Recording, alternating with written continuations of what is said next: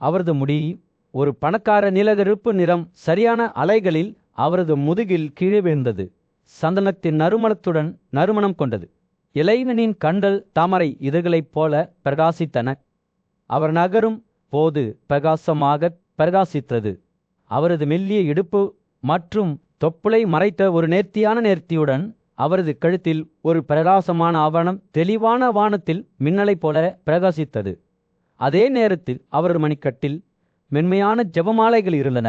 அவை அவர் நடந்து செல்லும்போது மென்மையாக கூச்சலிடுகின்றன. அந்த இளைஞனின் ஆடைகள் மெல்லிய பட்டு நூல்களால் நெய்யப்பட்டு சூரிய ஒளியில் ஒரு அமைதியான ஏரியில் அலைகளின் மென்மையான மடிப்பை போல மின்னின. அவரது முகம் அழகின் தலை சிறந்த படைப்பாக இருந்தது. ஒருவள் ஒளியுடன் பிரகாசித்தது. அது கிட்டத்தட்ட வேறொரு உலகமாக தோன்றியது. அவர் பேசும்போது அவரது குரல் இசை போன்றது. ஆண் கருப்பு பறவையின் பாடலைப் போல இனிமையானது மற்றும் மெல்லிசை கொண்டது. ரிஷிய சிரிங்கா தனக்குள் தனது இதயம் அசைவதை உணர்ந்தார். இளைஞர்களின் பிரசன்னத்தால் அவர் இதற்கு முன்பு அனுபவித்திராத வகையில் தொட்டார். அந்த இளைஞன் தனது உள்ளங்கையில் ஒரு குளோவர் பழத்துடன் விளையாடுவதை அந்த முதியவர் பார்த்தார். நுழைந்தார். அதன் அசைவுகள் நிறம் மற்றும் ஒளியின் மண்களாக இருந்தன. அது குதித்து தரையில் பிணைக்கப்பட்டதாக தோன்றியது. அவர்களின் கண்கள் சந்தித்த போது ரிஷி சிரிங்கா மிகுந்த மகிழ்ச்சியையும் ஆச்சரியத்தையும் உணர்ந்தார். அவர் இந்த இளைஞனில் ஒரு அன்பான ஆவியை கண்டார். அவர் பக்தி மற்றும் ஆன்மீக பயிற்சியின் சாராம்சத்தை உள்ளடக்கியவர். அந்த இளைஞனின் வார்த்தைகள் போன்றது. அவரது தவம் மற்றும் சடங்குகளை பற்றி பேசும்போது இனிமையானது மற்றும் இனிமையானது. அவர்கள் ஒன்றாக அமர்ந்தபோது இந்த அசாதாரணமான இளமையின் அழகையும் ஆச்சரியத்தையும் குடித்து தனது புலன்கள் உயிர் பெறுவதை ரிஷி சிரிங்கா உணர்ந்தார். அவர் தனது சொந்த தோட்டத்திலிருந்து பழங்களை அவருக்கு வழங்கினார். ஆனால் அந்த இளைஞன் மறுத்துவிட்டார். அதற்கு பதிலாக ரிஷி சிரிங்காவின் நாக்கில் வாசலையுடன் வெடிக்கும் நறுமணமுள்ள வடிகட்டப்படாத பழங்களின் கொடியை அவருடன் பகிர்ந்து கொள்ள விரும்பினார். முதியவர் இளைஞனின் பரிசைக் கண்டு வியந்தார்பட்டு நூல்களால் நெய்யப்பட்ட மலர்களின் மாலை அதன் வாசனை போதை மற்றும் கவர்ச்சிகரமானது. இளைஞன் தனது ஆசிரமத்திற்கு புறப்படுவதை பார்த்தபோது ரிஷி சிரிங்கன் தனது இதயத்தில் ஒரு வேதனையை உணர்ந்தார். அவரது ஆன்மா கேங்கரு போல் இருந்தது. தந்தையே, நான் உடனே அவரிடம் செல்லட்டும். நான் இந்த உன்னதமான இளைஞனை பின்பற்றி அவரது பக்தியின் ரகசியங்களை அவரிடமிருந்து கற்றுக்கொள்ள வேண்டும். அதே சடங்குகளுக்காக அவரை தெய்வீகத்துக்கு மிகவும் எருக்கமாக கொண்ட அதே தவங்களுக்காக என் இதயம் இயங்குகிறது என்று காட்டிலேயே கத்தினார். அதனுடன் ரிஷி சிரிங்கா தனது இருக்கையிலிருந்து எழுந்தார். அவரது உறுதிப்பாடு பிரகாசமாக இருந்தது. ஒரு அடர்ந்த காட்டில் ஞானியும் சக்தி வாய்ந்தவருமான முனிவரான விபாண்டகன் தனது இளமகன் ரிஷி சிரிங்கனுடன் தனது ஆசிரமத்தில் வசித்து வந்தார். ஒரு நாள் விபாண்டகன் பழங்களை சேகரிக்க வெளியே சென்றபோது சிறுவன் ஒரு அழகான விருந்தாளியை சந்தித்தார். அவர் இனிமையான வார்த்தைகளாலும் கவர்ச்சிகரமான பரிசுகளாலும் அவரை கவர்ந்திழுக்க முயன்றார். ஆனால் ரிஷி சிரிங்கா ஒரு குழந்தையாக இருந்த போதிலும் அவரது அழகை கவரவில்லை. எனினும் விருந்தாளி எளிதில் விட்டு கொடுக்கக்கூடியவளாக இருக்கவில்லை. அவர் மனதில் ஒரு தீய எண்ணம் இருந்தது. தந்திரத்துடன் ரிஷி சிரிங்கனை தனது படகில் கவர்ந்திருக்க முடிந்தது. சிறுவன் அவருடன் பயணித்த போது விபாண்டகா கவலையுடன் வீட்டிற்கு திரும்பினார். அவர் தனது மகளை எல்லா இடங்களிலும் தேடினார். ஆனால் அவரை கண்டுபிடிக்க முடியவில்லை. நாட்கள் வாரங்களாக மாறின. இதங்ககளின் கவலை அதிகரித்தது. அவர் இறுதியாக தனது ஆசிரமத்திற்கு திரும்பினார். காணாமல் போன தனது குழந்தையின் அறிகுறியை தேடினார். இதற்கிடையில் முன்கூட்டியே இருக்கும் ஆபத்தை அறியாமல் ரிஷி சிரிங்கா ஆற்றில் விருந்தாளியின் நிறுவனத்தை அனுபவித்து வந்தார். விதிப்படி விருந்தாளி ரிஷி சிரிங்கனை அங்க ராஜ்யத்திற்கு அழைத்து சென்றார். அங்கு அவரை அதன் மன்னர் மிகுந்த மரியாதையுடன் வரவேற்றார். ரிஷி சிரிங்கனின் கவர்ச்சியும் ஞானமும் மன்னரை மிகவும் கவர்ந்ததால் அவர் தனது மகள் சாண்டாவை இளம் முனிவருக்கு திருமணம் செய்து வைக்க முடிவு செய்தார். விபன்னகரின் கோபத்தை தணிக்க மன்னர் தனது குடிமக்களுக்கு அவருக்கு ஒரு பிரமாண்டமான வரவேற்பை தயாரிக்குமாறு உத்தரவிட்டார். இறுதியாக விபந்தகா ஆசிரமத்திற்கு வந்தபோது அவர் எதிர்பாராத ஒரு காட்சியை சந்தித்தார். அவரது மகன் ரிஷி சிரிங்கா இப்போது வளர்ந்து திருமணமானவர் அரண்மனையில் ஆடம்பரமான வாழ்க்கையை வாழ்கிறார். துறவியின் கோபமும் சந்தேகமும் அவருக்கு வழங்கப்பட்ட செழிப்பையும் மகிழ்ச்சியையும் கண்டபோது மகிழ்ச்சிக்கும் ஆச்சரியத்திற்கும் வழிவகுத்தது. விபாண்டகன் ராஜாவின் அரசவையில் அதிக நேரம் கழித்ததால் அவரது மகனின் கால்நடைகளை பாமரிக்கும் மேய்ப்பர்களால் அவர் மிகுந்த விருந்தோம்பலுக்கு ஆளானார். செல்வமும் வளங்களும் சிறியனுக்கு சொந்தமானவை என்று அவர்கள் அவரிடம் கூறினார். மேலும் விபாண்டகனின் இதயம் பெருமையுடன் பெருகியது. இறுதியாக அவரது மகன் எப்போதும் கவனித்துக் கொள்ளப்பட்டதை அவர் புரிந்து கொண்டார். ராஜாவுக்கும் அவரது மக்களுக்கும் நன்றி தெரிவித்த விபண்டகன் அரண்மனையில் ஒரு புதிய குழந்தை பிறந்தவுடன் தங்கள் ஆசிரமத்திற்கு திரும்புமாறு சிறிங்களுக்கு அறிவுறுத்தினார். இதனால் அவர் ஒரு தந்தையாக தனது கடமைகளை செய்ய முடியும். எனவே சிரிங்கா தனது அன்பான மனைவி சாண்டாவுடன் தனது தந்தையின் பக்கத்திற்கு திரும்பினார். அவர் ஒரு விசுவாசமான நட்சத்திரத்தைப் போல தன்னிடம் அர்ப்பணிப்புடன் இருந்தார். பல ஆண்டுகள் கழிந்தன. சிரிங்கா தனது குடும்பத்தினருடன் இந்த ஆசிரமத்தில் ஏழ்மையாகவும் பக்தியுடனும் வாழ்ந்தார். இந்த இடம் அதன் ஆன்மீக முக்கியத்துவத்திற்கு புகழெட்டது. மேலும் மக்கள் ஆசீர்வாதங்களையும் சுத்திகரிப்பையும் நாண தொலைதூரத்தில் இருந்து வருவார்கள். அவர்கள் செய்ததைப் போலவே விபாண்டகரின் புத்திசாலித்தனமான வார்த்தைகள் எல்லா காலங்களிலும் எதிரொலித்தன. ஒரு மகன் பிறந்தவுடன் சூரியன் அடிவானத்தின் மீது உதயமாகும் போது பாண்டுவின் மகன் யுதிஷ்டிரன் கல்சிகி ஆற்றில் கரையில் தனது புனித பயணத்தை தொடங்கினார். ஒவ்வொரு அடியிலும் அவர் ஆன்மீக சுத்திகரிப்பு மற்றும் அறிவொளியை தேடி மரியாதைக்குரிய ஆலயங்களுக்கு அருகில் வந்தார்.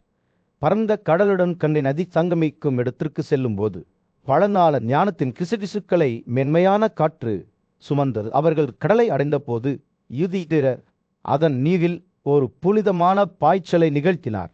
அதை சுற்றி 500 நதிகளில் அமைதியான இருப்பு இருந்தது. அவரது சகோதரர்களான அர்ஜுனனும் பீமனும் அவரது பக்கத்தில் நின்று கடலில் முடிவற்ற பரந்த நிலையை பார்க்கும்போது அடிவானத்தில் தங்கள் கண்களை நிறுத்தி கொண்டனர். ஒவ்வொரு கணமும் இளவரசனின் உறுதிப்பாடு வலுப்பெற்றது.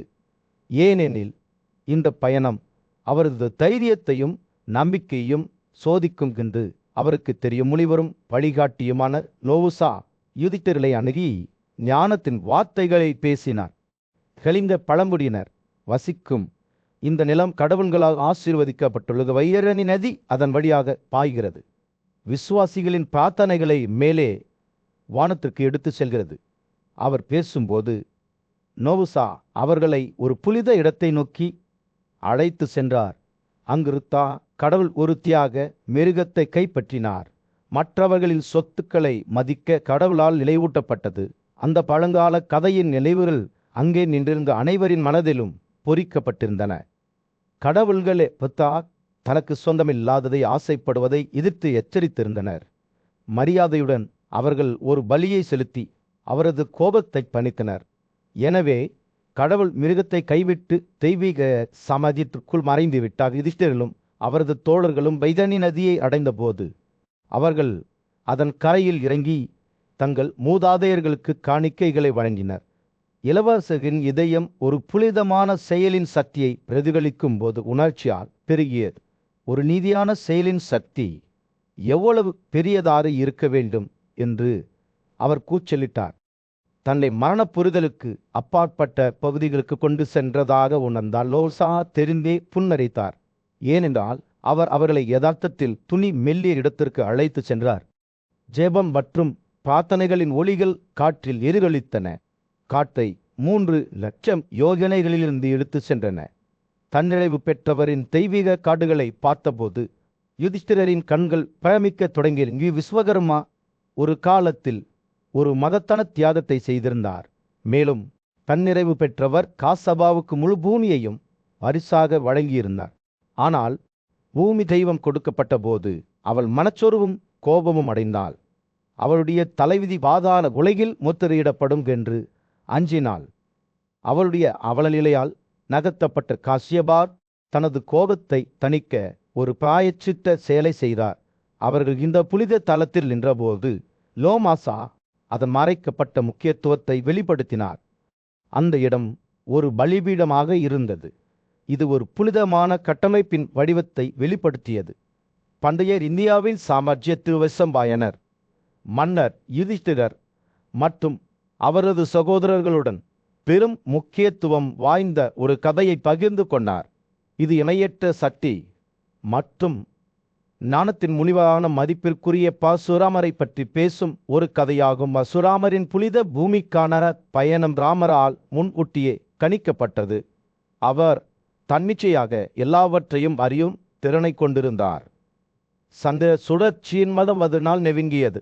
அதே இரவில்தான் ராமர் அந்த இடத்தில் கூடியிருந்தவர்களுக்கு தன்னை வெளிப்படுத்துவார். பரசுராமரின் அர்ப்பணிப்புள்ள ஆதரவாளரான அற்றிதவர்ணன் வைசம்பாயனவிடம் அந்த காட்சியை விவரித்தார்.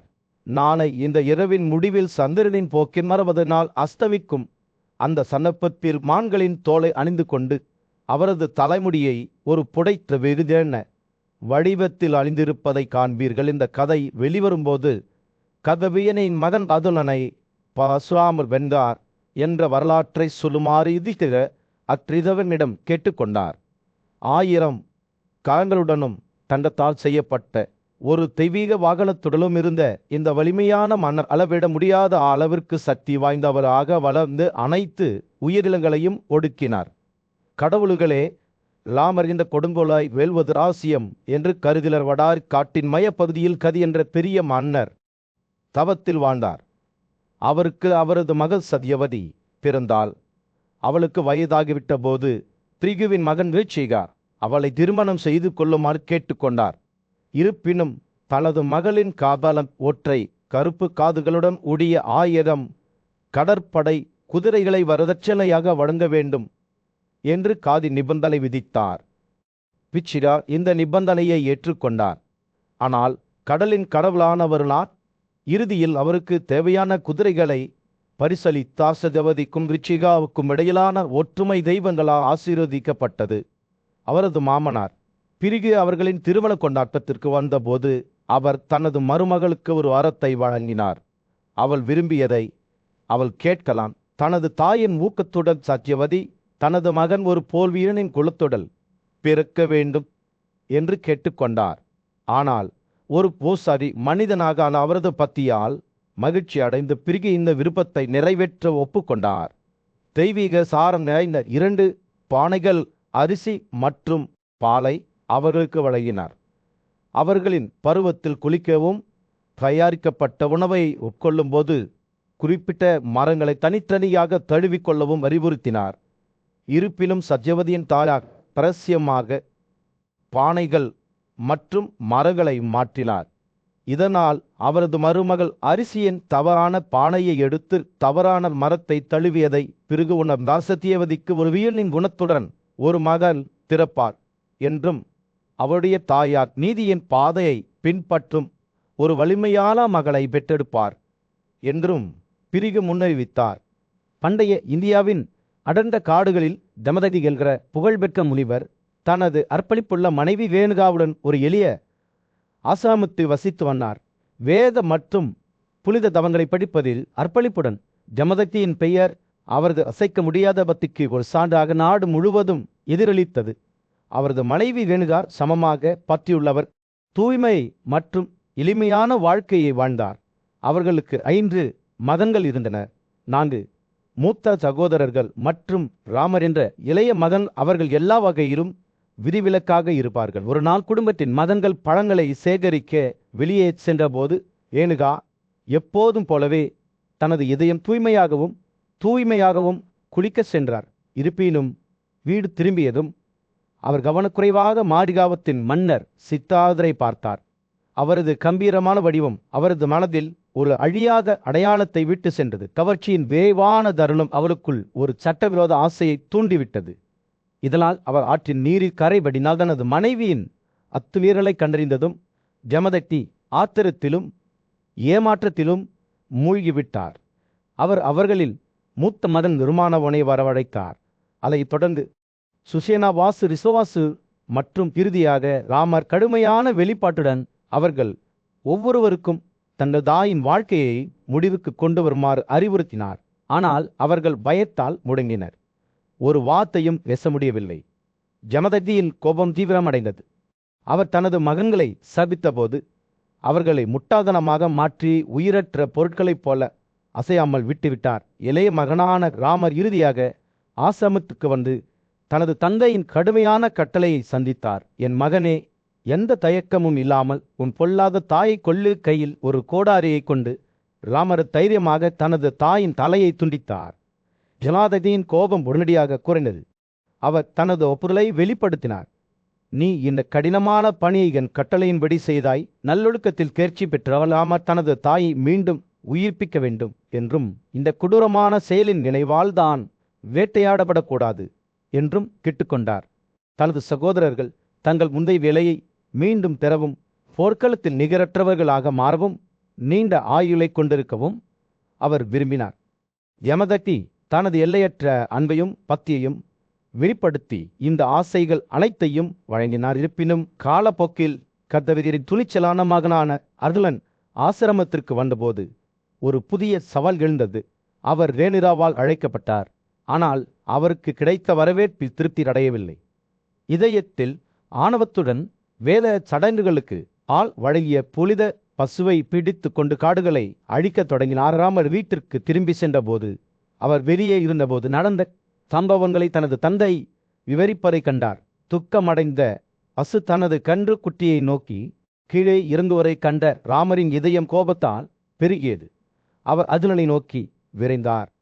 தனது தந்தையான தசரதனின் மறைவுக்கு இரங்கல் தெரிவிக்கும் போது ராமரின் வேதனையான அழுகுரல்களால் காடு எதிரொலித்தது. காட்டில் பிடிபட்ட ஒரு மான் போல அவரது தந்தையை கதவியரின் மதங்கள் நல்லொழுக்கம் அல்லது இரக்கம் ஆகியவற்றை பொருட்படுத்தாத இரக்கமற்ற போர் வீரர்கள் கொன்றுவிட்டனர். ராமரின் வார்த்தைகள் ஒரு நதியைப் போல பாய்ந்தன. தவத்தில் ஈடுபட்ட வயதான தனது தந்தைக்கு ஏற்பட்ட தலைவிதியை பற்றி புலம்பியது. வன்முறையிலிருந்து வெகு தொலைவில் இருந்தது. அவர் பேசும்போது அவரது துக்கம் நீதியான கோபத்திற்கு வழிவகுத்தது. நியாயுத பாணியான மற்றும் பாதுகாப்பற்ற ஆன்மாவை கொன்றதாக கூறிக்கொள்பவர்கள் எப்படி இந்த செயலை பற்றி பேசும்போது அவர்கள் தங்கள் நண்பர்களுக்கும் ஊழியர்களுக்கும் என்ன முகத்தை காண்பிப்பார்கள்? தனது தந்தையின் மரணத்திற்கு பழிவாங்குவதாக சபதம் செய்த ராமரின் வார்த்தைகள் விஷத்தால் வழின. கர்தவியரின் மதங்கள் மீது குற்றம் சாட்டப்படவில்லை. ஆனால் தனது தந்தையை பாதுகாக்க தவறியதற்காக அவர் மீது குற்றம் சாட்டப்பட்ட விரணத்த இதயத்துடன் ராமர் தனது பிரிந்த அரியாவின் இறுதி சடல்களை செய்தார். அவர் ஒரு சிதையை கட்டி தனது தந்தையின் உடலை தகனம் செய்தார். தீப்பிழம்புகள் மரண எச்சங்களை விழுங்குவதை பார்த்தார். நெருப்பு எரியும் போது ராமர் தனது வாளை எடுத்தார். அதன் கத்தி ஒரு ஒளியால் ஒளிரும் கடுமையான அழுகையுடன் அவர் கதவீரியரின் மகன்களை தோற்கடிக்க தீர்மானித்தார். எஃகு மற்றும் எஃகு மோதல் காட்டில் எதிரொலித்தது.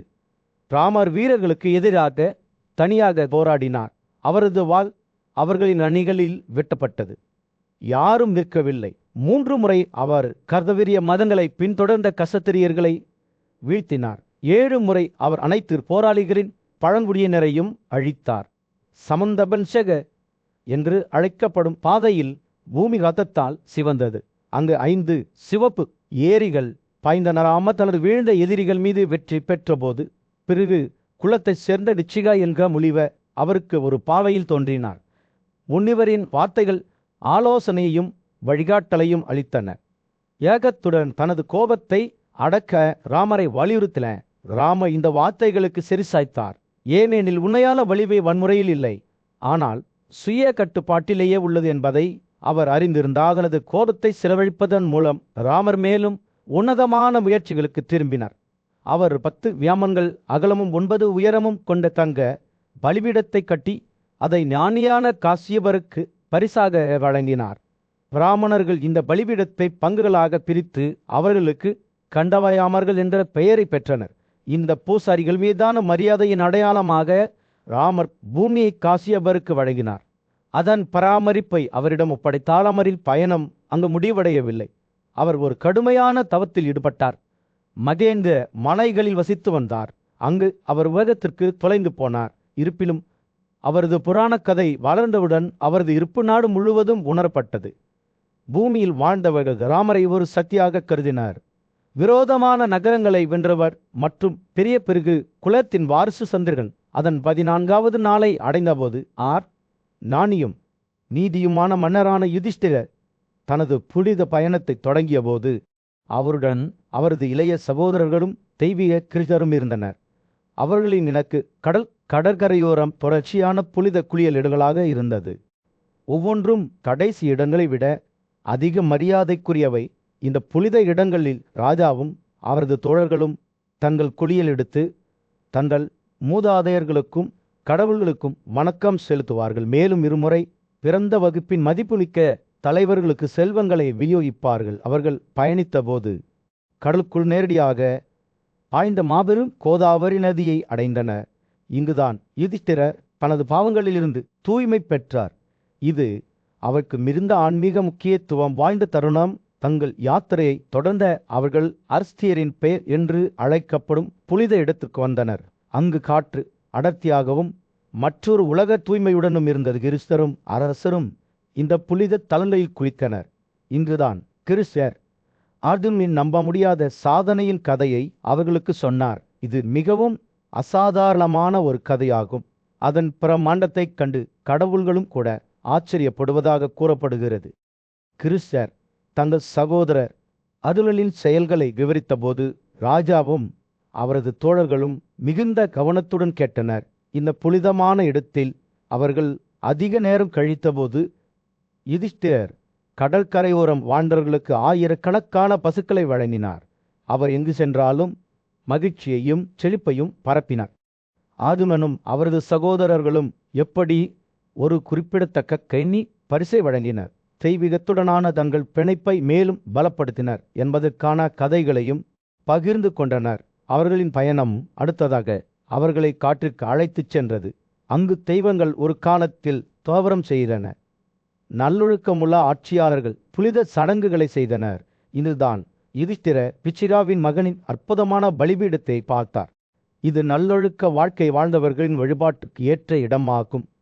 இந்திரன், விஷ்ணு, பிரமா, சிவன் உள்ளிட்ட பல்வேறு கடவுள்களுக்கு அர்ப்பணிக்கப்பட்ட ஏராளமான ஆலயங்களையும் மன்னர் பார்த்தார்.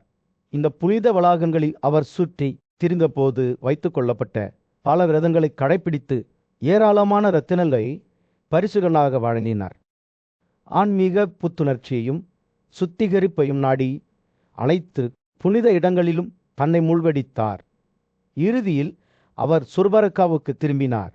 அங்கு கடலின் மென்மையான அலைகளால் வரவேற்கப்பட்டார். பின்னர் மன்னர் பிரபாசாவுக்கு சென்றார். உலகம் முழுவதும் அதன் புனித தன்மைக்கு புகழ்பெற்ற ஒரு இடம். அங்கு யுதிஷ்டிரர் தனது சகோதரருடன் தன்னை கழுவி கிருசரும் லோசாவும் தன்னுடன் செய்ததைப் போலவே அவர்களின் மூதாதையர்களுக்கும் வான விருந்தினர்களுக்கும் வணக்கம் செலுத்தினார். 12 நாட்கள் அவர் காற்று மற்றும் தண்ணீரில் மட்டுமே வாழ்ந்தார். துறவரம் செயல்களில் ஈடுபட்ட ராஜாவின் தவம் பற்றிய செய்தி வாராமனுக்கும் கிறிஸ்தருக்கும் சென்றபோது அவர்கள் தங்கள் கட்டளையின் பேரில் படைகளுடன் அவரது பக்கத்திற்கு விரைந்தனர். வந்தவுடன் அவர்கள் ஒரு கசப்பான காட்சியை சந்தித்தனர். யுதிஷ்டிரனும் அவரது சகோதரர்களும் கடற்கரையில் உள்ள புனிதமான தரையெங்கும் இளமான பிரபாசாவின் புனித இடத்தின் மீது சூரியன் அஸ்தமிக்க தொடங்கியது. வனவிலங்குகளால் செய்யப்பட்ட மாலை அணிவித்து கைகளில் கலப்பையை ஏந்தியிருந்த பலராமாவின் தலைமையில் விரிசர்கள் வந்திருந்தனர். மிகுந்த மரியாதையுடன் காத்திருந்த பாண்டுவின் மகன்களை சூழ்ந்தனர். அவர்கள் ஒன்றாறு நின்றபோது பலராம கிறிஸ்தரிடம் திரும்பி கவை நிறைந்த குரலில் பேசினார். கிறிஸ்தரே, நல்லொழுக்கம் எந்த நன்மையையும் வழிநடத்துவதையோ அல்லது அநீதியான நடைமுறைகள் தீமையை ஏற்படுத்துவதையோ நான் காணவில்லை என்று அவர் கூறினார். மரங்களின் பட்டையை தனது ஆடையாகவும் தலையில் கூந்தலாகவும் அணிந்து கொண்டு காடுகளில் வசிப்பதற்கு குறைக்கப்பட்டுள்ள வலிமைமிக்க யுதிஷ்டிரனை பாருங்கள். துன்மார்க்கால துரியோதனன் தனது செயல்களுக்கு எந்த விளைவும் இல்லாமல் பூமியை ஆட்சி செய்கிறான். பலராமனின் வார்த்தைகள் சந்தேகத்துடனும் குழப்பத்துடனும் இருந்தன. நல்லொழுக்கத்துக்கும் தீமைக்கும் இடையிலான இத்தகைய வேறுபாட்டை காணும்போது மக்கள் என்ன செய்ய வேண்டும் என்று அவர் கேட்டார். நீதி வழியை பின்பற்றுவதற்காக தனது ராஜ்யத்தையும் இன்பங்களையும் கைவிட்டு துயரத்தில் வாழும் யுதிஷ்டிரன் இங்கு இருக்கிறான். பீஷ்மர், கிருபா, துரோணர் மற்றும் பிற பெரிய தலைவர்கள் கிரீடாவின் மகன்களை வெளியேற்றிய பிறகு மகிழ்ச்சியாக வாழ்கிறார்கள். பலராமர் பேசுகையில் பசி மற்றும் தாகத்தால் அவதிப்பட்டு வந்த பீமனின் பலவீனமான வடிவத்தை பார்த்தார். இந்த சக்தி வாய்ந்த வீரன் கிழக்கிலுள்ள மனிதர்களின் அனைத்து ஆட்சியாளர்களையும் தனியாளாக வெல்ல முடியும். இப்போது காடுகளில் ஒரு மோசமான வாழ்க்கையை வாழ்கிறார் என்று அவர் கூறினார். அவர் சக தேவ நகுல மற்றும் அதுலரை பார்த்தார். அவர்கள் ஒவ்வொருவரும் யுதிஷ்டிரரை நாடு கடத்துவதற்காக தங்கள் அரச வாழ்க்கையை விட்டுக் கொடுத்தனர். பலராமனின் வார்த்தைகள் துக்கத்துடனும் வருத்தத்துடனும் நிறைந்திருந்தன. துரியோதனின் தீய செயல்களுக்காக பூமி அவரை தண்டித்ததாக தெரியவில்லை என்று அவர் கூறினார். தனது அனைத்து ஆயுதங்களையும் வைத்திருந்த மற்றும் தனது சகோதரர்களுடன் இருந்த யுதிஷ்டிரரை அவர் வெளியேற்றிய போது பூமி அவரை ஏன் முழுமையாக விழுங்கவில்லை என்று அவர் திகைப்புடன் தலையை அசைத்தார். சூரியன் அடிவானத்திற்கு கீழே மூழ்கி காட்சியின் மீது ஒரு தங்க ஒளியை வீசும்போது பலராமரின் வார்த்தைகள் ஒரு சவால் போல காற்றில் தொங்கிக் கொண்டிருந்தன. விரிஷ்விகளும் பாண்டுவின் மகன்களும் ஒன்றாக நின்றனர். நல்லொழுக்கத்திற்கும் தீமைக்கும் இடையிலான வேறுபாட்டை பற்றியும் அவர்கள் அனைவருக்கும் ஏற்பட்ட விதி பற்றியும் ஒவ்வொருவரும் தங்கள் சொந்த எண்ணங்களில் இழந்தனர். அதைத் தொடர்ந்து வந்த மௌனத்தில் கிருஷ்ணர் பலராமரின் வார்த்தைகளை கவனமாக கேட்டார். துன்பத்தில் இருந்து தனது நண்பர்கள் மீது இரக்கம் கொண்ட அவரது கண்கள் நிரம்பின. நீதியின் பாதை எப்போதும் எளிதானது அல்ல என்பதை அவர் அறிந்திருந்தார். ஆனால் உண்மையான மகிழ்ச்சிக்கும் நிறைவேற்றத்திற்கும் அதுவே ஒரே வழி என்பதையும் அவர் அறிந்திருந்தார். எனவே இரவு வானத்தில் நட்சத்திரங்கள் ஒளிரத் தொடங்கியதும் கிருஷ்ணர் புதிதலில் தாயை அசைத்தார். மேலும் வீழ்ச்சிகளும் பாண்டுவின் மகன்களும் தஸ்தினாபுரத்தின் புனித நிலத்து சூரியன் அஸ்தமிக்கத் தொடங்கியிருந்தது. பரபரப்பான தெருக்களில் ஒரு சூடான ஆரஞ்சு நிற ஒளியை பிரகாசித்தது. வீரமான போர் வீரரும் பாண்டவர்களின் விசுவாசமான நண்பருமான சத்யகி ராமரின் முன் நின்றார். அவரது கண்கள் உறுதியுடன் எரிந்தன. ஓ ராமரே என்று அவர் கூச்சலிட்டார். இது புலம்போதற்கான நேரம் அல்லன் எல்லாமே அனுமதிக்கும் வரை நாம் இப்போது செயல்பட வேண்டும். சத்யகியின் வார்த்தைகள் காற்றில் எதிரொலித்தன. அவர் ராமரே உரையாற்றினார். அவர் தனது முன்மொழிவை உன்னிப்பாக கேட்டுக்கொண்டார். பாண்டவர்கள் நாடு கடத்தப்பட வேண்டிய கட்டாயம் ஏற்பட்டது. மேலும் தஸ்தினபுர சிம்மாசனத்தில் அவர்களின் சரியான இடம் திருதராஷ்டிரரின் மகன்களால் அபகரிக்கப்பட்டது. கிருஷ்ணரும் அவரும் தங்கள் பக்கத்தில் இருப்பதால் பாண்டவர்கள் தங்கள் ராஜ்யத்தை மீட்டெடுப்பதற்கான வாய்ப்புகள் அனைத்தும் உறுதியாக இருந்தன என்று சத்யகி வாதிட்டார். அவர் பேசிக்கொண்டிருக்கும் போது அவரது கண்கள் ராமரின் மீது எரிந்து கொண்டிருந்தன. கடுமையான ஒளியால் எரிந்தன. எங்களை பாதுகாக்கக்கூடிய புரவலர்கள் எங்களிடம் உள்ளனர் என்று அவர் அறிவித்தார். உங்களையும் கிருஷ்ணரையும் போன்ற புரவலர்கள், அவர்கள் முழு உலகத்தையும் பாதுகாக்கும் திறன் கொண்டவர்கள். எப்படி உங்கள் மகன் அர்ஜுனன் தனது சகோதரர்களுடன் ஒளிந்து கொள்கிறான்? இது நடவடிக்கை எடுக்க வேண்டிய நேரப்பாட்களுக்கு ஆயுதம் ஏந்தியபடி போருக்கு செல்வோம். நம் எதிரிகளை நம் காலடியில் நசுக்குவோம். சத்யகியின் வார்த்தைகள் ராமரிடமிருந்து ஒரு வலுவான உடன்பாட்டை சந்தித்தன. அவர் தனது தலையசைத்து ஒப்புக்கொண்டார். கிருஷ்ணர் அவர் கூறினார், நீங்கள் சிறந்த போர்வீரர் என்பதை நிரூபிக்க இது உங்களுக்கு ஒரு வாய்ப்பு. உங்கள் விலை எடுத்துக்கொள்ளுங்கள். திருதராஷ்டிரரின் மகன்களுக்கு அதிகாரத்தின் உண்மையான அர்த்தத்தை காண்பிப்போம். ஆனால் உரையாடல் சூடாகிக் கொண்டிருந்த போது கிருஷ்ணர் தலையிட்டார். அவரது குரல் அமைதியாகவும் அளவிடப்பட்டதாகவும் இருந்தது. ஓ மதுவில் இலத்தின் வாரிசே என்று அவர் சத்யகியிடம் கூறினார். உங்கள் வார்த்தைகள் உண்மையில் உண்மைதான். ஆனால் நமது உன்னத மன்னரான யுதிஷ்டிரரின் விருப்பத்தை நாங்கள் கருத்தில் கொள்ள வேண்டும். அவர் தனது சொந்த துணிச்சலால் வெற்றி பெறாவிட்டால் அவர் சிம்மாசனத்தை ஏற்க மாட்டார். கிருஷ்ணர் தொடர்ந்து பேசுகையில் சத்யகி கவனமாக கேட்டாள்.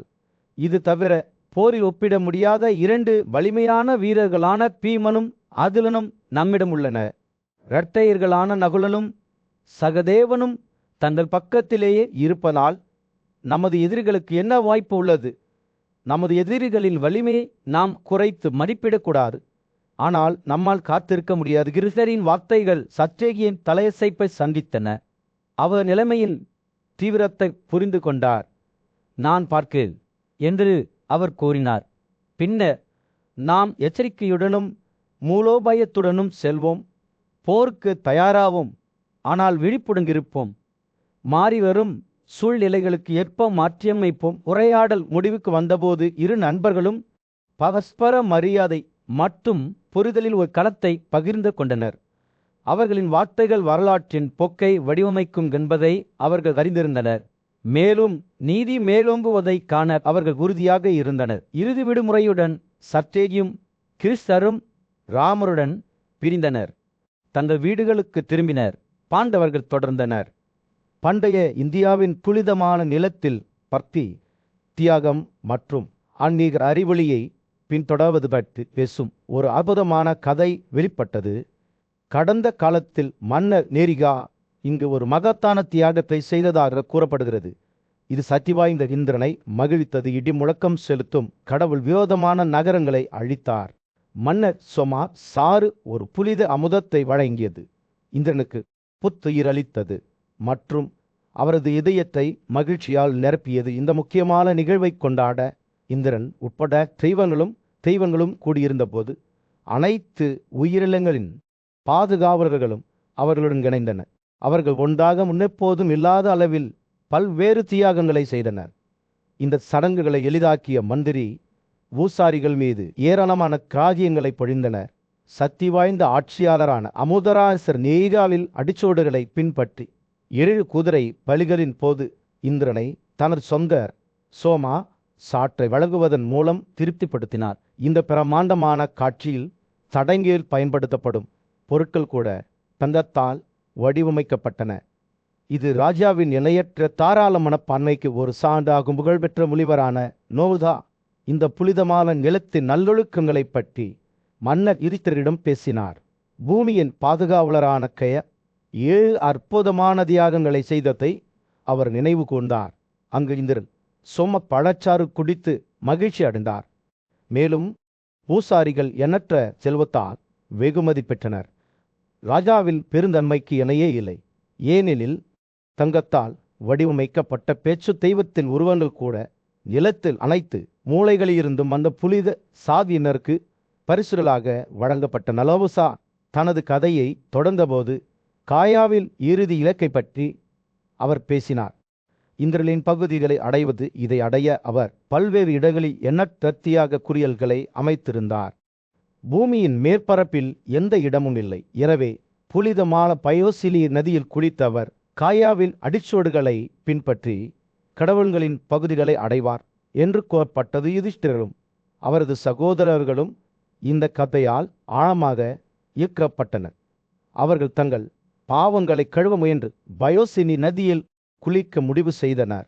அவர்கள் நிலக்கல்லின் மலை மற்றும் நர்மதா நதிக்கு பயணம் செய்தபோது லோசா தெய்வீக சாமாட்சியத்தின் புனித தலங்கள் மற்றும் ஆலயங்கள் வழியாக அவர்களை வழிநடத்தினார். இந்த புனிதமான மைதானங்களை அவர்கள் ஆராய்ந்த போது யுதிஷ்டிரர் லோசாவிடம் இந்த நிலத்தின் வரலாற்றை பற்றி கேட்டார். முனிவர் ஒரு கடந்த காலத்தை சேர்ந்த ஒரு கதையை விவரிக்கத் தொடங்கினார். அதில் சரியதியின் தியாக சடங்குகளை பற்றி பேசப்பட்டது. அங்கு இந்திரன் ஒரு புலப்படும் வடிவத்தில் தோன்றி 2 வான மருத்துவர்களுடன் சோமா சாற்றை குடித்தார். இருப்பினும் பிரிகுவின் மகள் தியோனா இந்திரனின் மீது கோபம் அடைந்தார். யுதிஷ்டிரர் இந்த கதையை கேட்டு ஆர்வமடைந்து லோசாவை கேட்டார். ஒரு அமைதியான ஏரியில் அமைதியான சூழலில் பிரிகுவின் மகள் யோனா எங்க பெரிய துறவி நீண்ட காலமாக தீவிரமான தவத்தை கடைபிடித்து வந்தார். அவரது பிரகாசமான வடிவமும் சக்தி வாய்ந்த ஆற்றலும் வீர சோரணையை ஏற்றுக்கொண்ட போது உயிரற்ற பதவியைப் போல அசையாமல் இருந்தது. நேரம் கடந்தது. மேலும் அவரது உடல் தாட்சிகளால் மூடப்பட்ட ஓர் ஆண்டில்லாத மாறியது. எறும்புகளின் திரள்கள் அவரை சூழ்ந்தன. இதனால் அவர் பூமியின் குறியலை தவிர வேறொன்று நிலவருவங்கள் மாறிய போது சரையாதி என்ற ஆட்சியாளர் 4000 மனைவிகள் மற்றும் அவரது ஒரே மகள் சுகன்யாவுடன் பொழுதுபோக்கிற்காக இந்த அழகிய ஏரியை பார்வையிட்டார். சுகன்யா தனது பணிப்பெண்களால் சூழப்பட்டு வான ஆபரணங்களால் அலங்கரிக்கப்பட்டு சுற்றிலும் நடந்து சுற்றுப்புறத்தில் அழகை எடுத்து கொண்டார். காட்டில் அலைந்து திரிந்தபோது அவரது கண்கள் பிரகாசித்தன. மலரும் மரங்களிலிருந்து கிளைகளை உடைத்தன. தனது சுற்றுப்புறத்தை அறியாமல் மின்னலில் கவலையற்ற கைவிடுதலுடன் நகர்ந்தன. பிரிகுவின் மகள் இப்போது ஒரு ஆண்டில் சுகன்யாவின் அப்பாவி ஆனால் கவர்ச்சியான இயல்பை கவனித்தார். அவரது புத்திசாலித்தனம் மற்றும் துறவி ஆற்றல் அவரது பிரசன்னத்தால் தூண்டப்பட்டது. மேலும் அவர் ஆசையின் ஒரு எழுச்சியை உணர்ந்தார். இருப்பினும் அவரது தாழ்ந்த குரல் அவளை அழைத்தது. ஆனால் அவர் அதை கேட்கவில்லை. ஆர்வமும் புத்திசாலித்தனமும் இழந்த சுகன்யா ரிஷியின் கண்களை முட்களால் துளைத்தார். இதனால் அவருக்கு மிகுந்த வேதனையும் கோபமும் ஏற்பட்டது. தேவனின் கோபம் அதிகரித்த போது அவர் சரையாதியில் படைகளுக்கான இயற்கையின் அழைப்பை தடுத்தார். இதனால் அவர்கள் மிகவும் துயரமடைந்தனர். இந்த நிகழ்வுகளால் குழப்பமடைந்த மன்னர் இந்த இடையூறுக்கு யார் காரணம் என்று தங்களுக்கு தெரியுமா என்று தனது வீரர்களிடம் கேட்டார். அவர்கள் தங்களுக்கு தெரியாது என்று பதிலளித்தனர். மேலும் விசாரிக்க வேண்டியது ராஜாவின் பொறுப்பாகும். இந்த சிக்கலை தீர்ப்பதில் உறுதியாக இருந்த சலாத்தி தனது நண்பர்களிடமிருந்து தகவல்களை சேகரிக்க அச்சுறுத்தல் மற்றும் சமாசம் ஆகிய இரண்டையும் பயன்படுத்தினார். இருப்பினும் அவர்களில் யாருக்கும் இந்த விஷயத்தை பற்றி எதுவும் தெரியாது. இவளின் தடையால் ஏற்பட்ட துயரத்தை பார்த்து சுகன்யா இறுதியாக தனது தந்தையிடம் இரும்பு மலையில் ஒரு பிரகாசமான பொருளை முட்களால் துளைத்ததாக ஒப்புக்கொண்டார். சுகன்யாவின் விளக்கத்தை கேட்ட சரியாதி உடனடியாக அந்த கருவறைக்கு வந்து பிரிகுவின் மகளை வயதானவராகவும் அவரது சிக்கன நடவடிக்கைகளால் சோர்வடைந்தவராகவும் கண்டார். மன்னர் கைகளை இணைத்து தனது மகள் அறியாமை மற்றும் சோதனையால் செயல்பட்டதை ஒப்புக்கொண்டு தேவனிடம் மன்னிப்பு கேட்டார். ராஜாவின் நேர்மையால் தூண்டப்பட்ட ஜெவன் சுகன்யாவை ஒரு நிபந்தனையின் பேரில் மன்னிக்க ஒப்புக்கொண்டார். அவர் அவளை தனது மணமகளாக ஏற்றுக்கொள்வாகியவளின் வார்த்தைகளை கேட்ட சரியாதி தயக்கமின்றி தனது மகளை உயர்ந்த மனதுள்ள ரிஷிக்கு வழங்கினார். சுகன்யா இப்போது அவரது பராமரிப்பில் இருப்பதால் ஜெவனா ராஜாவை பற்றி மகிழ்ச்சி அடைந்து அவருக்கு ஆசீர்வாதங்களை வழங்கினார். அவரது படைகளுடன் சரியாத்தி தனது நகரத்திற்கு திரும்பினார். அதே நேரத்தில் சுகன்யா தனது கணவரை பராமரிக்க தொடங்கினார். தவம் செய்து கட்டளைகளை கடைபிடித்தார். காலப்போக்கில் சுகன்யா தன்னை ஒரு அர்ப்பணிப்புள்ள மனைவி என்று நிரூபித்து சாய் வணங்கினார். ஒரு பசுமையான காட்டில் சூரியனின் கதிர்கள் மரங்களின் குறுக்கே நடனமாடிய போது புகழ்பெற்ற தெய்வீக மருத்துவர்கள் ஆரட்டை அஸ்வின் சழரை பற்றிய ஒரு காட்சியை கண்டனர். சாரியாதியின் மகளும் சிவனின் மனைவியுமான சுகன்யா குளியலிலிருந்து வெளியே வந்தபோது பனி முத்தமிட்ட பிரகாசத்தால் அவரது தோல் பிரகாசித்தது. அஸ்வின்ஸின் கண்கள் அவளை பார்க்கும்போது விரிவடைந்தன. அவர்களின் முகங்கள் ஆச்சரியத்தால் பிரகாசிக்கின்றன. யார் அழகானவள் என்று மூக்கில் பிறந்த இரட்டையர்கள் ஒற்றுமையுடன் கேட்டனர். கோடை நாளில் மென்மையான காற்று போன்ற அவர்களின் குரல்கள் உங்கள் அழகு வான மண்டலத்தில் உள்ள நட்சத்திரங்களை விட பிரகாசமாக பிரகாசிக்கிறது. சுகன்யா அவர்களின் வார்த்தைகளை பார்த்து வெட்கப்பட்டார். அவரது வெட்கக்கேடான தன்மை அவரது அப்பாவித்தனத்திற்கும் நல்லொழுக்கத்திற்கும் ஒரு சான்று ஆகும். அஸ்வின்கள் அவருடைய அழகை தொடர்ந்து பாராட்டினர். காட்டை அதன் பிரகாசத்தால் ஒளியச் செய்கிற ஒரு மின்னல் போல்களுடன் அவளை ஒப்பிட்டனர். இருப்பினும் அவளுடைய இயற்கையான அழகு அவளுடைய தோளில் ஒட்டிக்கொண்ட சேற்றாலும் அழுக்காலும் மறைக்கப்பட்டது என்பதை அவர்கள் கவனித்தனர். நீங்கள் ஏன் சிவனா போன்ற ஒரு முதியவருக்கு சேவை செய்கிறீர்கள் என்று அவர்கள் கேட்டனர். அவர்களின் வார்த்தைகள் மறுப்பின் குறிப்பை கொண்டிருந்தன.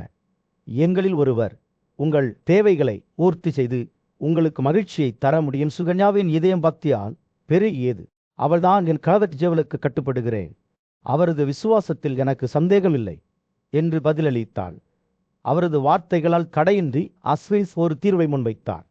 அவர்கள் ஜெவலின் இளமை மற்றும் உயிர் சக்தியை மீட்டெடுப்பார்கள். அவை மீண்டும் ஒரு முறை வலுவாகவும் அழகாகவும் மாற்றுவார்கள். பதிலுக்கு சுகன்யா அவர்களில் ஒருவரை தனது கூட்டாளியாக தேர்ந்தெடுப்பார். அஸ்வின்ஸின் வாக்குறுதி காதுகளில் உரிக்கும்போது சுகன்யா ஜெவனாவிடம் திரும்பி வந்து அவர்களுடன் தங்கள் திட்டத்தை பகிர்ந்து கொண்டார். தனது முன்னார் மீரியத்தை மீண்டும் பெற ஆர்வமாக இருந்த அவரது கணவர் தனது ஒப்புதலை வழங்கினார். அருகிலுள்ள குளத்துக்கு ஜெவனாவை அழைத்து வருமாறு அஸ்வின் சுகன்யாவிடம் அறிவுறுத்தினார். அங்கு அவர்கள் தங்கள் மந்திர சடங்குகளை செய்வார்கள். சூரியன் அடிவானத்துக்கு கீழே மூழ்கி வெப்பமான ஆரஞ்சு நிற ஒளியில் காட்டை வீசும்போது ஜெவனாவும் பிரட்டை அஸ்வின்களும் தண்ணீருக்குள் இறங்கினர். அவை மேற்பரப்புக்கு அடியில் மூழ்கிய போது காத்திருக்கும் அமைதியால் காற்று நம்பியது. சிறிது நேரத்திற்கு பிறகு அவை வெளிப்பட்டன, மாறின. இளமையாகவும் பிரகாசமாகவும் நட்சத்திரங்களைப் போல பிரகாசிக்கும் எரியும் காதணிகளால் அலங்கரிக்கப்பட்டன. தனது கணவரின் மீட்டெடுக்கப்பட்ட அழகை பார்த்த சுகன்யாவின் இதய மகிழ்ச்சியால் பெருகியது. இருப்பினும் அவற்றின் ஒத்த வடிவங்களில் அவற்றில் ஒன்றை தேர்ந்தெடுப்பது அவளுக்கு சாத்தியமில்லை. அவரது இக்கட்டான சூழ்நிலையால் மகிழ்ந்த அஸ்வில் தனது ஆடம்பரத்தை விரும்பிய ஒருவரை தேர்ந்தெடுக்க ஊக்குவித்தார். சுகன்யாவின் கண்கள் அவளுக்கு முன்னால் உள்ள 3 உருவங்களையும் ஸ்கேன் செய்தன. இறுதியாக அவளுடைய கண்கள் அவளுடைய அன்பான ஜீவனை நிலைநிறுத்தியது. தனது இளமை வடிவம் மற்றும் அர்ப்பணிப்புள்ள மனைவியுடன் மீண்டும் இணைந்ததில் மிகுந்த மகிழ்ச்சி அடைந்த ஜானா அஸ்வின்களின் பரிசுக்கு நன்றி தெரிவித்தார். வானங்களின் இறைவன் முன்னிலையில் அவர்களை சொம்மா சாறு குவாபஸ் செய்து திருப்பி செலுத்துவதாக உறுதியளித்தார். நன்றி நிறைந்த இதயங்களுடன் அட்டையர்கள் ஏல் சென்றனர். மரியாதைக்குரிய பிரிவின் மகள் இவனின் அமைதியான ஆசிரமத்தில் ஒரு குறிப்பிடத்தக்க கடை வெளிப்பட்டது. இவனா ஒரு நித்திய இளமையான நபராக மாறிய செய்தி பூமியின் ஆட்சியாளான சரதியை அடைந்தது. அவர் மிகுந்த மகிழ்ச்சி அடைந்து தனது படைகளுடன் ஆசிரமத்துக்கு வந்தார். இவனா மற்றும் சுகன்யாவை பார்த்தவுடன் 2 தெய்வீக குழந்தைகளைப் போல சரையாதியும் அவரது மனைவியும் மிகுந்த மகிழ்ச்சியால் நிரம்பியிருந்தனர். அவர்களின் மகிழ்ச்சி முழு உலகத்தையும் வெல்வதற்கு போட்டியாக இருந்தது. அவர்கள் ஆசிரமத்திற்குள் நுழைந்தபோது இவனின் மகனை துறவி மரியாதையுடன் வரவேற்றார். துறவி அருகே அமர்ந்திருந்த மன்னர் ஒரு நல்ல வகையான மகிழ்ச்சியான உரையாடலில் ஈடுபட்டார். பிரிகுவின் மகன் பின்னர் சரையாதியின் புனித விழாவில் பணியாற்ற முன்மொழிந்தார். பூமியில் ஆட்சியாளர் மகிழ்ச்சியின் உச்சத்தை அனுபவித்தார். இந்த முன்மொழிவுக்கு தனது ஒப்புதலை வெளிப்படுத்தினார். ஒரு புனிதமான நாளில் ஒரு தியாக விழாவின் தொடக்கத்திற்கு பொருத்தமான ஒரு அற்புதமான ஆலயத்தை அமைக்க சரையாதி உத்தரவிட்டார். விரும்பத்தக்க அனைத்து பொருட்களும் அழகாக அலங்கரிக்கப்பட்டிருந்தன. ராஜாவின் ஊசாரியாக இவனார் ஒரு அளவு சோமா சாற்றை எடுத்து வான மருத்துவர்களாக இருந்த அஸ்வின்களுக்கு வழங்கினார். இருப்பிலும் வானங்களின் தலைவரான இந்திரன் சோமா சாற்றை வழங்குவதற்கு அஸ்வின்களுக்கு எந்த உரிமையும் இல்லை என்று கூறி தனது தடையை அறிவித்தார். இந்திரனின் வார்த்தைகளுக்கு பதிலளித்த யவனன், இந்த இருவரும் வலிமையான திறமைசாலிகள், வலிமையான ஆத்மாக்களை கொண்டவர்கள், அசாதாரணமாக அழகும் கருணையும் கொண்டவர்கள். அவர்கள் இந்திரனே என்னை ஒரு நித்திய இளமையான நபராக மாற்றியுள்ளனர். ஒரு வானத்தைப் போலவே வடிகட்டிய சோமா சாற்றை பெ உனக்கும் மற்ற வானங்களுக்கும் ஏன் உரிமை உண்டு, அவர்களுக்கு அல்ல என்று மீண்டும் பேசினார். இந்திரனின் வார்த்தைகளால் தடையின்றி யவன் தான் செய்ய விரும்பிய காணிக்கையை ஏற்றுக்கொண்டார். இருப்பினும் அவர் சோம பழச்சாறில் ஒரு சிறந்த பகுதியை எடுக்கவிருந்தபோது இந்திரன் அவரது செயலை கவனித்து அவரிடம் அந்த வானங்களுக்கு அதை வழங்க வேண்டும் என்ற நோக்கத்துடன் நீங்கள் சோமத்தை எடுத்து கொண்டாகிருக்கும் அனைத்து ஆயுதங்களையும் விட உயர்ந்த பயங்கரமான வடிவத்தின் இடிவிழுக்கத்தை நான் உங்கள் மீது வீசுவேன் என்று கூறினார். இவன் புன்னகையுடன் இந்திரனை பார்த்து சோமத் பழச்சாறில் ஒரு நல்ல அளவை எடுத்து கொண்டார். பின்னர் இந்திரன் தனது இடிமுழக்கத்தை சிவனை நோக்கி வீசினார். ஆனால் பிரிகுவின் மகனால் துறவியின் கை செயலிழந்தது. இந்திரனின் கையை செயலேற்க செய்ததால் இவன் புனித பாடல்களை ஓதி நெருப்பில் காணிக்கை செலுத்தினார். இதன் மூலம் அவர் தனது பொருளை பெற்று தெய்வத்தை அழிக்க முயன்றார். சிவனின் துறவி ஆற்றலின் விளைவாக மாடா என்ற மாபெரும் அகக்கண் உருவானது. தெய்வங்களின் சாம்ராஜ்யத்தில் வான சக்திகளின் வல்லமைமிக்க ஆண்டவரான இந்திரன் பயத்தில் நடுங்கிக் கொண்டு நின்றான். அவருக்கு முன் மரணத்தின் கனவுளைப் போலவே பயமுறுத்தும் வகையில் மடா என்ற ஆக்கனை கண்டான். இந்திரனின் சொந்த கரங்கள் முடங்கின. அவரை முழுவதுமாக விழுங்குவதற்கான அரக்கனின் நோக்கங்களிலிருந்து தன்னை தற்காத்து கொள்ள முடியவில்லை.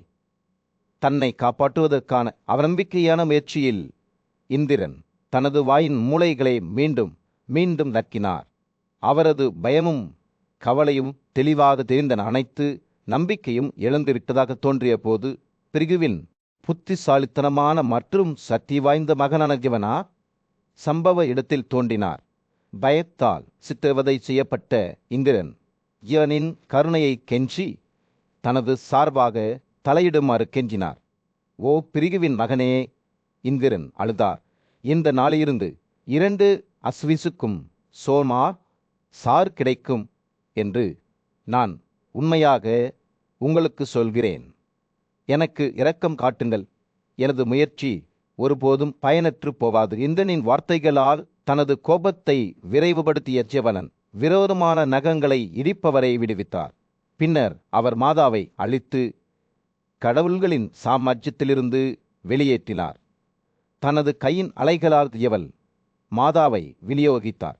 அதன் செல்வாக்கை உலகம் முழுவதும் பல்வேறு வடிவங்களில் சிறடித்தார். போதை பெண்கள், சூதாட்டம் மற்றும் விளையாட்டுகள் ஆக்கன் தோற்கடிக்கப்பட்ட போது இந்திரனின் நன்றிக்கு எல்லையே இல்லை. அவர் இவளுக்கு ஒரு சோமா வரைவை வழங்கினார். அதை அவர் நன்றியுடன் ஏற்றுக்கொண்டார். மன்னர் சரியாதியுடன் சேர்ந்து அவர்கள் 2 அஸ்வில் உட்பட அனைத்து கடவுள்களையும் வணங்கினர். அவர்கள் இப்போது புனிதமான சாற்றை குடிக்க உரிமை பெற்றனர். ஜீவனின் சக்திகளின் புகழ் துறைதூரம் பரவியது. மேலும் ஞானமுள்ள முனிவருடனான தொடர்பால் இந்திரனின் சொந்த நற்பெயர் அதிகரிக்கப்பட்டது. நாட்கள் செல்ல செல்ல ஜெவனார் தனது அன்பான மனைவி சுகன்யாவால் சூழப்பட்ட காடுகளில் மகிழ்ச்சியான வாழ்க்கையை வாழ்ந்தார். புனித ஏரியில் தனது மூதாதையர்களுக்கும் தெய்வங்களுக்கும் வணக்கம் செலுத்தினார். அங்கு பறவைகள் இனிமையான பாடல்களை பாடின. மன்னரும் அவரது சகோதரர்களும் இந்த புனித இடத்தை பார்வையிட அழைக்கப்பட்டனர். அங்கு அவர்கள் தங்கள் மூதாதையர்களுக்கும் கடவுள்களுக்கும் தண்ணீர் வழங்குவார்கள். பெரிய புனிதமான இடமான ஆர்ச்சிகா மலை அருகில் இருந்தது. இது சாதாரண மலை அல்ல, ஏனென்றால் இங்குதான் பண்டைய காலங்களில் கடவுள்களும் உயிர்களும் வசித்து வந்தனர். கடுமையான தவங்களை மேற்கொண்டனர்.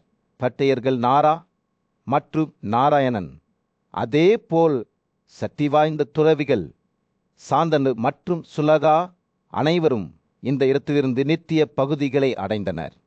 பாண்டுவின் மகனான பெரிய கிருத்தக் கூட இங்கு தவத்தின் வாழ்க்கையில் ஈடுபட்டார். மன்னர் யுதிஷ்டிரர் இந்த புனித தலத்தின் முன் நின்றபோது ஒரு ஆட்சியாளராக தனது சொந்த கடமைகளை அவருக்கு நினைவூட்டப்பட்டது. அனைத்து பாவங்களையும் அழிக்கும் அதிகாரம் இந்த இடத்திற்கு இருப்பதாகவும் பலியிட இது ஒரு சிறந்த இடம் என்றும் அவருக்கு தெரிவிக்கப்பட்டது. யுதிஷ்டிரனின் ஆசவையில் மாபெரும் மன்னர் நோவுசாவை இந்திரனுக்கு போட்டியாக இருந்த மாபெரும் மன்னரான மந்ததலின் கதை விவரிக்குமாறு கேட்டுக்கொண்டார். நோவுசா ஈவாகு வம்சத்தை சேர்ந்த நல்லொழுக்கமுள்ள மன்னரான யுவல்ஸ்வரின் மகன் மந்ததாவின் பிறப்பை விவரிப்பதன் மூலம் தொடங்கினார். யுவல்ஸ்வர் ஏராளமான தியாகங்களை செய்து பூசாரிகளுக்கு தாராளமாக பரிசுகளை வழங்கினார். ஆனால் அவரது நல்ல செயல்கள் இருந்த போதிலும் அவர் குழந்தை இல்லாதவராக இருந்தார். அவர் தனது அமைச்சர்களிடம் அரசின் கடமைகளை ஒப்படைத்து காட்டில் அநேக பணிகளில் தன்னை அர்ப்பணித்தார். ஒரு நாள் விரதத்தை கடைபிடிக்கும் போது யுவல்ஸ்வர் பிரிகிவின் ஆசிரமத்திற்குள் நுழைந்தார். அங்கு தண்ணீரால் நிரப்பப்பட்ட ஒரு புனித ஜாடி வைக்கப்பட்டது. புனிதர்களின் பிரார்த்தனைகளின் நல்லொழுக்கத்தால் தண்ணீர் நிரப்பப்பட்டது. இதில் பெரும் வலிமை மற்றும் வீரம் கொண்ட மகனை பெற்றெடுக்கும் நோக்கில் இருந்தது. யுவல்ஸ்வர் ஜாடியிலிருந்து குடித்தபோது அவர் அறியாமலே புனிதர்களின் திட்டத்தை சீர்குலைத்தார். தண்ணீர் போய்விட்டதைக் கண்டு அவர்கள் விழித்து அது காணாமல் போனதை பற்றி யுவல்ஸ்வரிடம் கேள்வி எழுப்பினர். அவர் அதை குடித்ததாக உண்மையாக ஒப்புக்கொண்டார். மேலும் இந்திரனுக்கு பொட்டியாக இருக்கும் ஒரு மகனை கருத்தரிக்க தனது தாய்க்கு இந்த நீர் ஒதுக்கப்பட்டதாக விருகுவின் மகள் வெளிப்படுத்தினார். இந்த அசம்பாவிதம் இருந்த போதிலும் துறவிகள் மந்தாதாவின் பிறப்பை உறுதி செய்வதற்காக ஒரு தியாகத்தை செய்தனர்.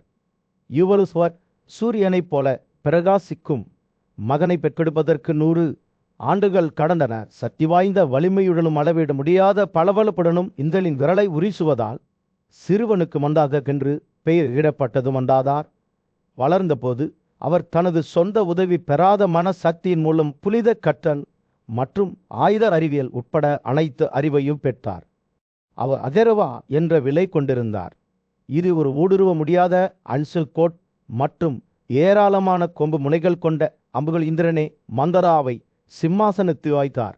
மேலும் அவர் 3 உலகங்களையும் நீதியான முறையில் வென்றார். மந்தாதாவின் ஆட்சி காலத்தில் ஏராளமான தியாகங்கள், பூசாரிகளுக்கு தாராளமான பரிசுகள் மற்றும் புனித குவியல்களை கட்டுதல் ஆகியவற்றால் குறிக்கப்பட்டது.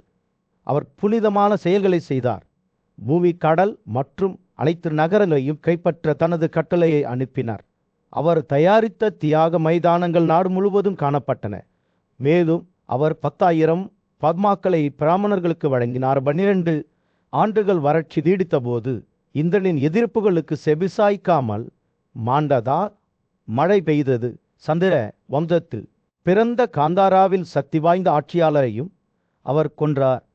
அவர் ஒரு உருமும் மேகத்தைப் போல பயங்கரமானவர். மாண்டதார் மக்களின் 4 ஒழுங்குகளையும் பாதுகாத்து தனது கடுமையான மற்றும் நீதியான வாழ்க்கையின் மூலம் உலகத்தை தீங்கிலிருந்து காப்பாற்றினார். குரு வயலின் நடுவில் உள்ள மாண்டதா கடவுள்களுக்கு பலியிடப்பட்ட இடத்தை விவரிப்பதன் மூலம் நோசா தனது கதையை முடித்தார். யுதிஷ்டிர மிகுந்த கவலத்துடன் கேட்டார். மேலும் வைசமாயனர் நோசாவை பற்றி மேலும் கதைகளை விவரிக்குமாறு கேட்டுக்கொண்டார். மன்னர் யுதிஷ்டிரனில் அரசவையில் மன்னரே ஒரு வினோதமான விசாரணையை மேற்கொண்டார்.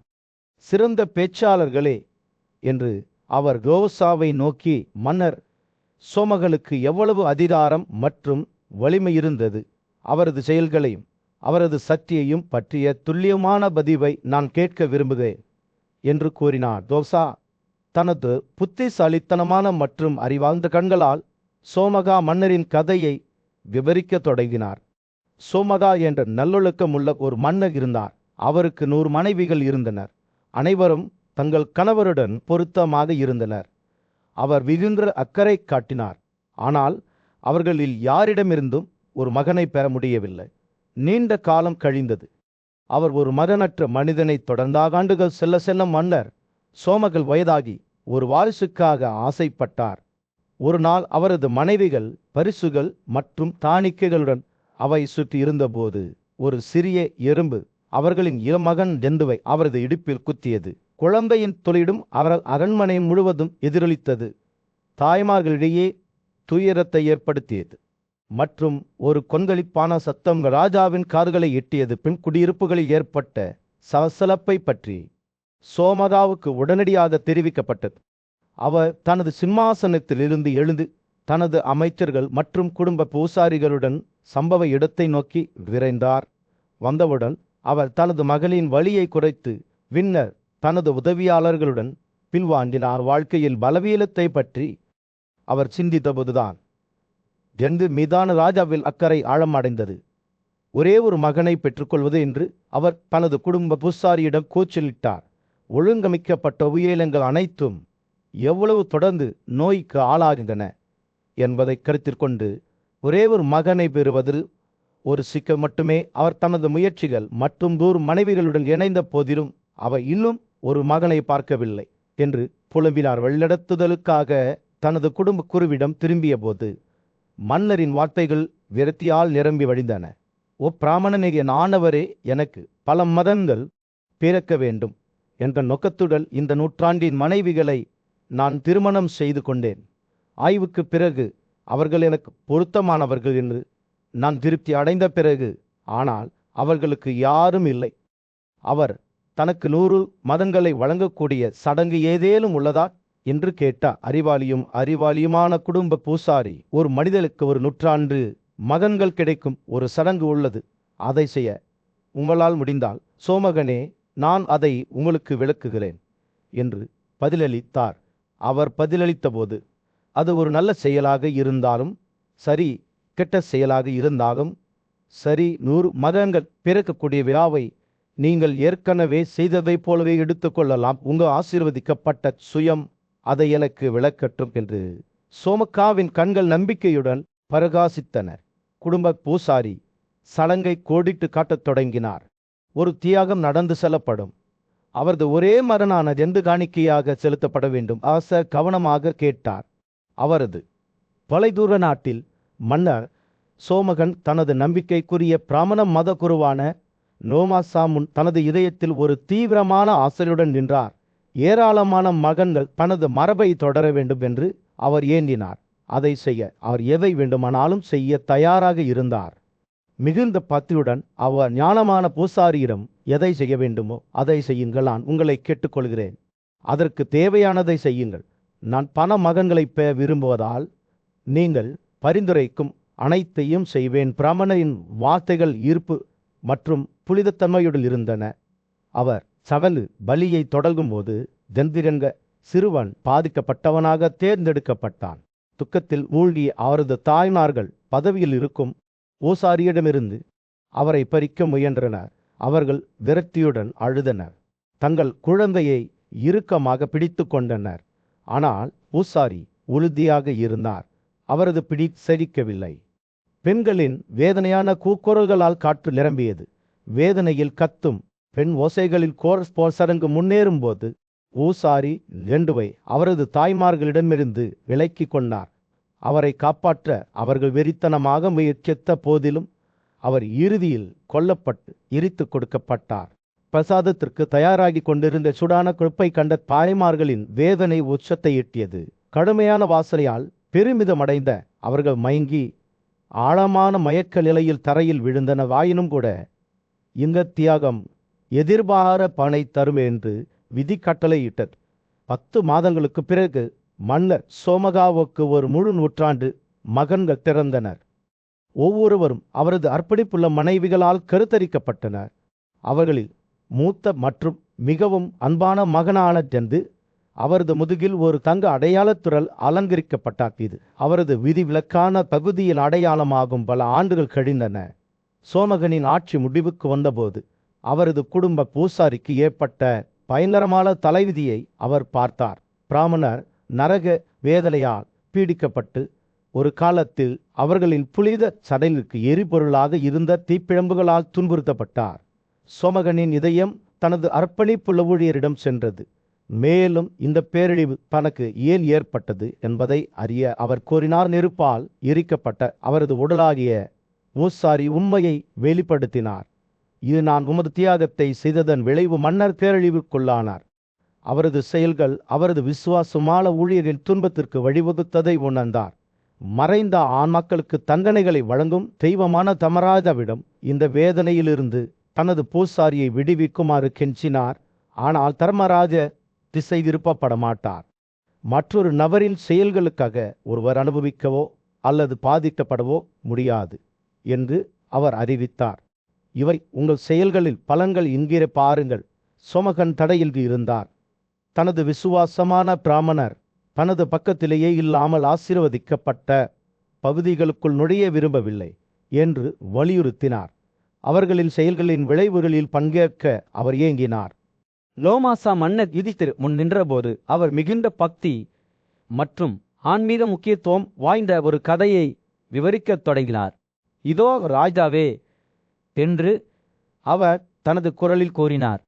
அனைத்து உயிரினங்களின் ஆண்டவரும் பண்டைய சடகான இட்டிகிருதத்தை நிகழ்த்தினார். இது நம்ப முடியாத 1000 ஆண்டுகள் நீடித்தது. லோமாசா தொடர்ந்தபோது ராஜாவின் கண்கள் விரிவடைந்தன. நபகாவின் மகன் அம்பரிஷா புனித யமுனை நதிக்கு அருகே பலிகளை செலுத்தினார். அவர் தனது உதவியாளரான பூசாரிகளுக்கு 10 பத்மாக்களை இதழ நாணயங்களை வழங்கினார். மேலும் அவரது பக்தியின் மூலம் மிக உயர்ந்த வெற்றியை அடைந்த சக்தி வாய்ந்த மன்னரான யார்த்தி தனது தியாக சடல்களை செய்த ஒரு இடத்திற்கு லோசா ராஜாவை அழைத்து சென்றார். பல்வேறு வகையான தியாக சடல்களுக்கான இடங்கள் தரையில் இருந்தன. யயாதியின் புனிதமான செயல்களின் எடையின் கீழ் பூமி குறைந்து வருவதாக தோன்றியது. லோசா ஒரு சிறிய ஒற்றை இலை கிளையை சுட்டிக்காட்டி இந்த சாமி மரத்தை பாருங்கள் என்று கூறினார். இது ஒரு சிறந்த ஏரி. ராஜாவின் கண்கள் இயற்கையின் மீது சுற்றி திரிந்தன. சுற்றுப்புறத்தில் அமைதியான அழகை எடுத்துக்கொண்டால் அவர்கள் மேலும் நடந்து செல்லும்போது அரசாமர் உருவாக்கிய ஏரிகளையும் நாராயணனின் ஆசிரமத்தையும் அவர்கள் கண்டனர். பூமியில் வாய்ந்து திரிந்த கிச்சிகாவின் மகன் ரத்திய நதியில் யோரா சடங்குகளை செய்து கொண்டிருந்த பாதையை லோம்சா சுட்டிக்காட்டினார். பண்டை வீரர்களின் கதைகளை மன்னர் கவனமாக கேட்டு அவரது மனதை உள்வாங்கினார். திடீரென்று ஒரு விசித்திரமான உருவம் அவர்களுக்கு முன்னால் தோன்றியது. ஆபரணங்களுக்காக எறும்புகளாக ஆந்தைக்கப்பட்ட ஒரு பிசாச்சா பெண். அவள் ஒரு பிராமண பெண்ணுடன் யுகந்தராவி தை சாப்பிட்டு அச்சுபஸ்தலத்தில் வசித்து வந்த பிறகு நீங்கள் உங்கள் மகன்களுடன் வாழ வேண்டும் என்று சொன்னாள். லோசா தனது வார்த்தைகளை மொழிபெயர்த்த போது ராஜாவின் ஆர்வம் அதிகரித்தது.